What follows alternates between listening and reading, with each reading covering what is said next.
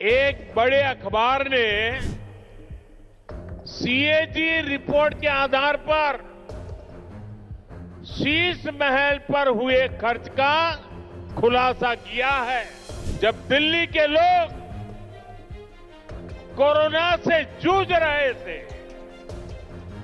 जब दिल्ली के लोग ऑक्सीजन और दवाओं के लिए भटक रहे थे, तब इन लोगों का पूरा फोकस अपना शीश महल बनवाने में था।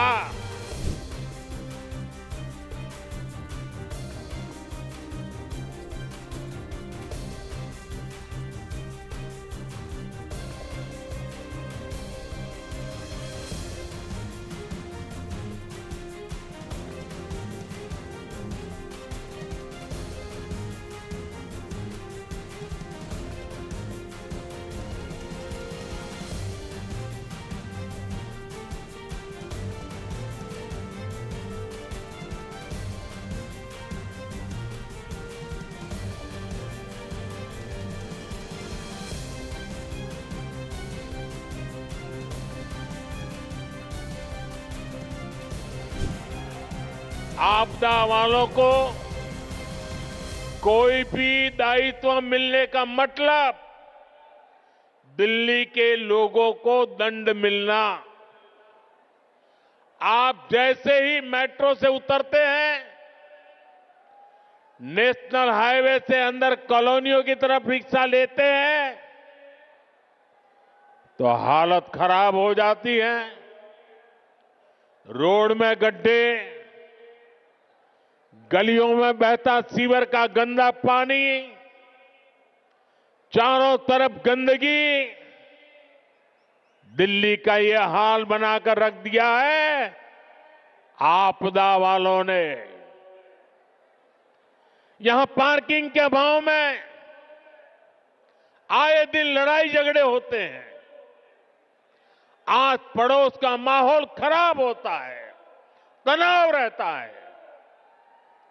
दिल्ली के अनेक इलाके हैं जहां कैब वाले, ऑटो वाले जाने से बचते हैं, क्योंकि लंबा लंबा जाम रहता है। इससे सामान्य नागरिक तो परेशान होते ही है। दिल्ली में जो लाखों दुकानदार है, जो व्यापारी कारोबारी है, वे साथी भी आपदा से तंग आ चुके हैं। साथियों, दिल्ली पर आपदा लाने वाले ये झूठा आरोप लगाते हैं कि केंद्र सरकार उन्हें काम नहीं करने देती, केंद्र सरकार उन्हें पैसे नहीं देती। ये कितने बड़े झूठे हैं, इसका उदाहरण इनका शीश महल है।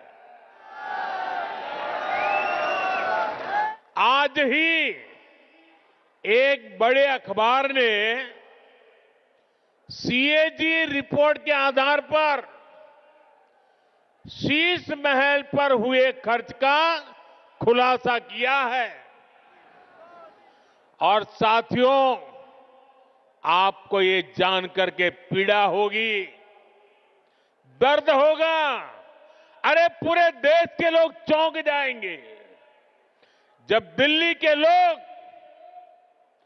कोरोना से जूझ रहे थे, जब दिल्ली के लोग ऑक्सीजन और दवाओं के लिए भटक रहे थे, तब इन लोगों का पूरा फोकस अपना शीश महल बनवाने में था।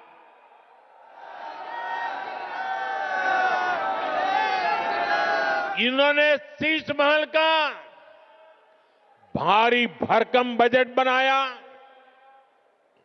और आज इस अखबार ने खुलासा किया है कि कैसे इस शीश महल पर उस बजट से भी 3 गुना ज्यादा पैसे खर्च किए गए। यही इनकी सच्चाई है। इन्हें दिल्ली के लोगों की परवाह नहीं है, दिल्ली के विकास की चिंता नहीं है।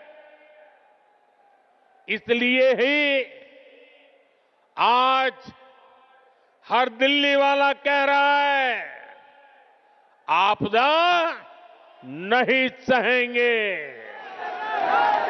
आपदा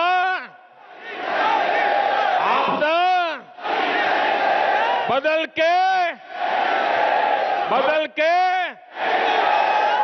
साथियों, ये भाजपा सरकार ही है जो दिल्ली को तेजी से इलेक्ट्रिक मोबिलिटी से जोड़ रही है। केंद्र की भाजपा सरकार की फेम योजना की वजह से दिल्ली में 1200 से ज्यादा इलेक्ट्रिक बसें चलने लगी है।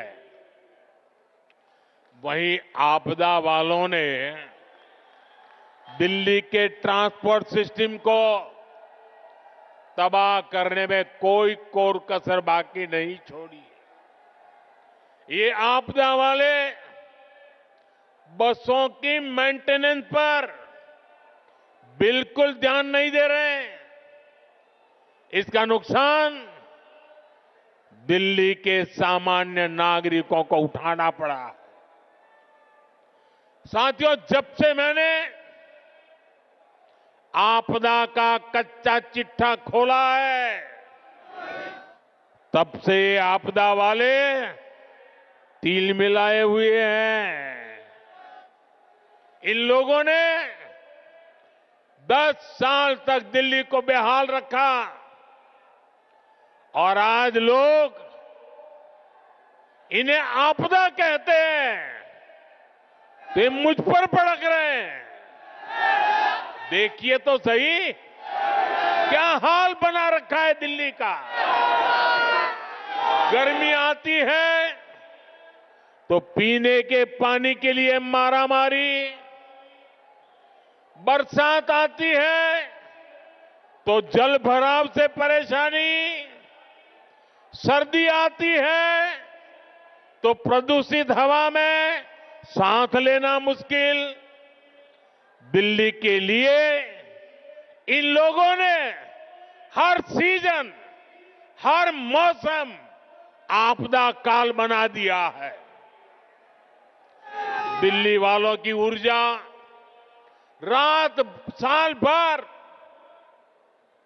365 दिन आपदा से ही निपटने में लग रही है।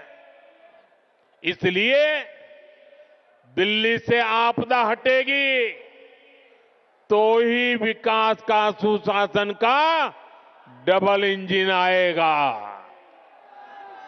साथियों, आपदा कैसे गरीब और मिडिल क्लास की सुविधा को रोकती है, ये भी दिल्ली वालों के लिए जानना जरूरी है।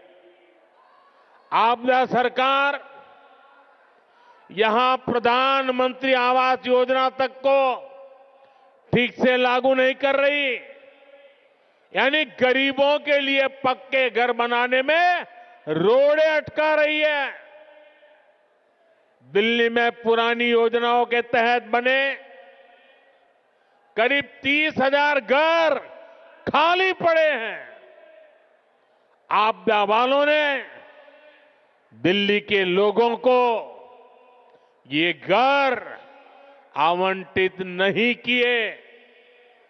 भाजपा ने सैकड़ों अनाधिकृत कॉलोनियों को रेगुलर किया ताकि लाखों लोगों का जीवन आसान हो।